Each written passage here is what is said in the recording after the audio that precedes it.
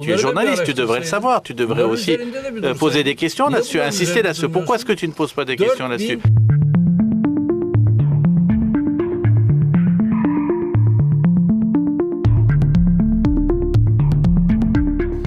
Bonjour, Laurent Richard pour le magazine Envoyé spécial sur France 2.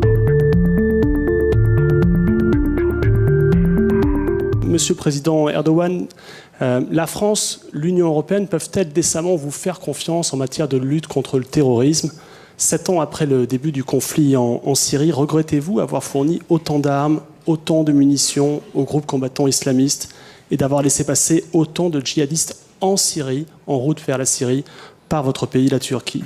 De la même façon, au regard du risque qui nous préoccupe tous aujourd'hui, le retour des djihadistes sur le sol européen et en France, entre autres, avez-vous, oui ou non, comme des informations nous sont parvenues, fait libérer des membres de Daesh en échange de la libération du personnel turc du consulat turc de Mossoul, dont des ressortissants européens?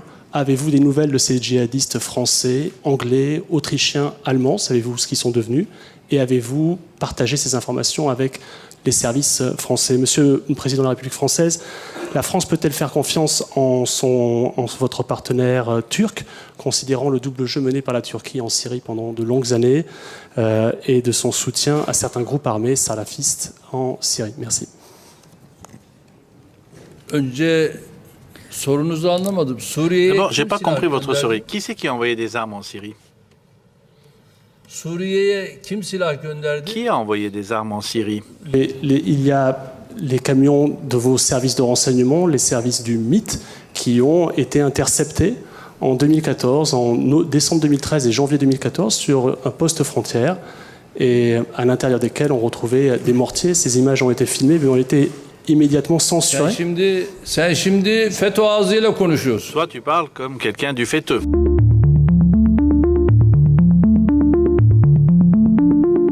Toi, tu parles comme quelqu'un du FETÖ, avec leurs mêmes arguments. Je parle comme un journaliste français. Non, pas comme un journaliste. Tu parles exactement comme un membre du FETÖ. Pourquoi? Parce que ceux qui ont fait cette opération, c'était les procureurs qui étaient liés au FETÖ. Aujourd'hui, ils sont sous état d'arrestation. Ils sont en prison, les gens qui ont fait cette opération. Écoutez,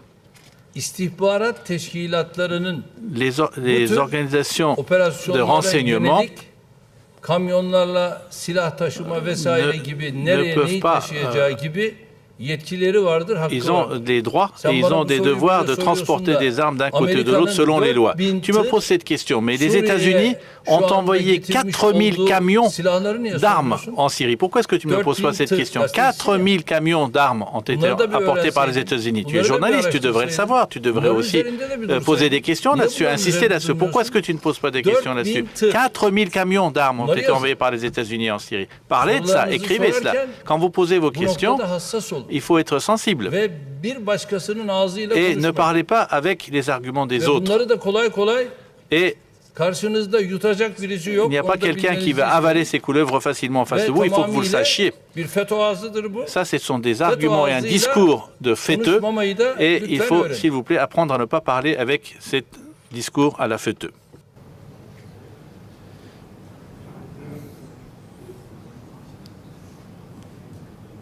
Donc la réponse était non. Il n'y en a pas eu. Et donc, moi, ma réponse peut être oui. Parce que aujourd'hui, nous travaillons très bien avec la Turquie dans toute la région.